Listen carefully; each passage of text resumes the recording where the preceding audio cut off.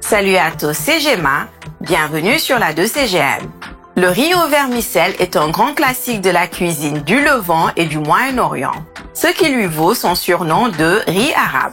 On le retrouve comme accompagnement dans les restaurants libanais ou au kebab quand on le prend à l'assiette.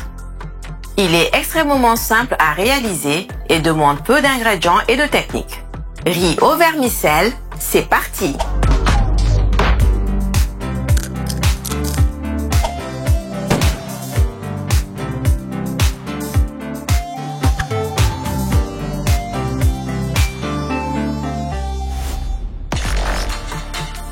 Pour notre riz au vermicelle, on a besoin de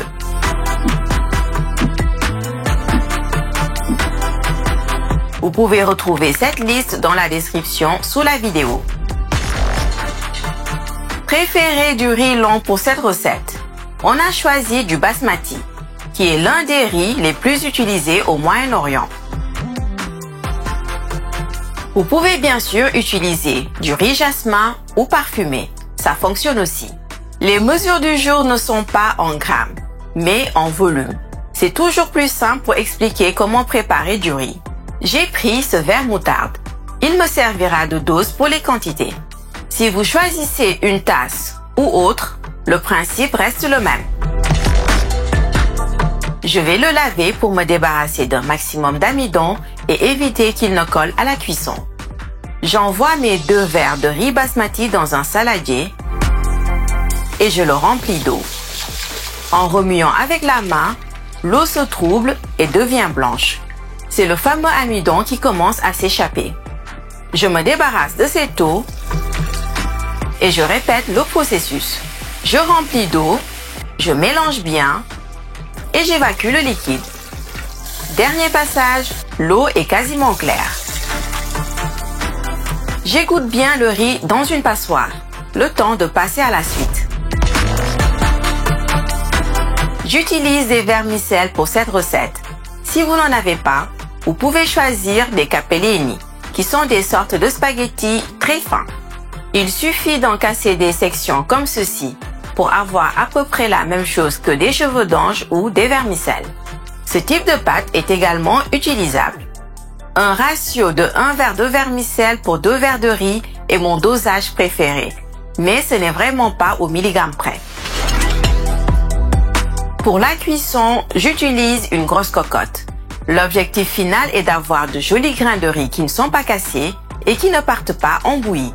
L'idéal est d'avoir le maximum de surface pour ne pas galérer au moment de mélanger. J'y fais fondre un morceau de beurre et j'ajoute une goutte d'huile d'olive pour éviter qu'il brûle. Vous pouvez remplacer le beurre par du beurre clarifié qu'on appelle ghee. On vous en parlera dans une autre vidéo. Une fois que tout est bien fondu, j'y envoie les vermicelles. Et je mélange pour bien les enrober de matière grasse. Je continue à mélanger pour une cuisson la plus uniforme possible. On recherche une belle coloration brune. C'est cette étape qui va donner toute sa subtilité à notre riz au vermicelle. En les faisant roussir comme on est en train de le faire, ils vont donner une touche subtilement grillée à notre riz. Avec le goût du beurre, c'est vraiment super gourmand. Là, on est plutôt pas mal. Attention à ne pas les faire brûler non plus. La limite entre la bonne cuisson et le cramé arrive très vite, donc soyez attentifs. J'ajoute le riz directement dans les vermicelles grillées au beurre. Et je mélange bien.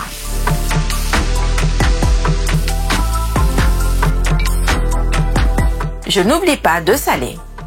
Je fais cuire le tout 1 à 2 minutes pour nacrer le riz. Chaque grain va s'imprégner de matière grasse et commencer à devenir translucide. C'est le moment de mouiller avec 3 verres d'eau ou de bouillon de légumes. Vous l'aurez compris, la mesure en volume fait que j'utilise le même verre que tout à l'heure.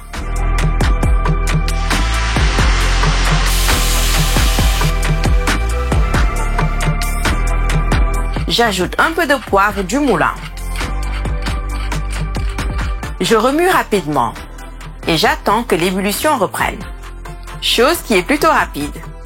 Je couvre et je mets à feu vif le temps que le riz pompe tout le liquide. Quand c'est le cas, je mélange délicatement, je couvre et je mets le feu au minimum pour terminer la cuisson. Le principe reste le même que pour une cuisson classique de riz que Marco vous a expliqué dans cette vidéo. Certains ajoutent également des raisins secs ou des pignons de pain pour encore plus de gourmandise. Le riz basmati cuit plus rapidement que le riz thaï qu'on a l'habitude d'utiliser. Je goûte pour voir si le riz est bien cuit. Quand c'est OK, je mélange une dernière fois. Il se peut qu'une couche de riz accroche légèrement au fond de la marmite. Pas de panique, c'est tout à fait normal. Je laisse reposer à couvert pendant une dizaine de minutes.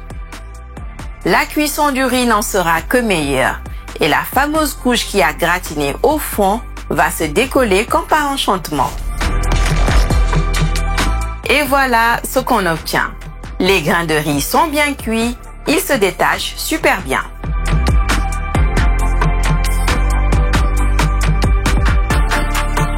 L'odeur du beurre et des vermicelles grillées est juste trop appétissante. Vous pouvez le servir comme accompagnement avec n'importe quel plat que vous auriez mangé avec du riz en temps normal.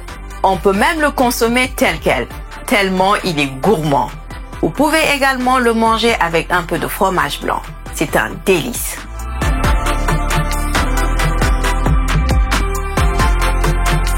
À la semaine prochaine sur la 2CGM.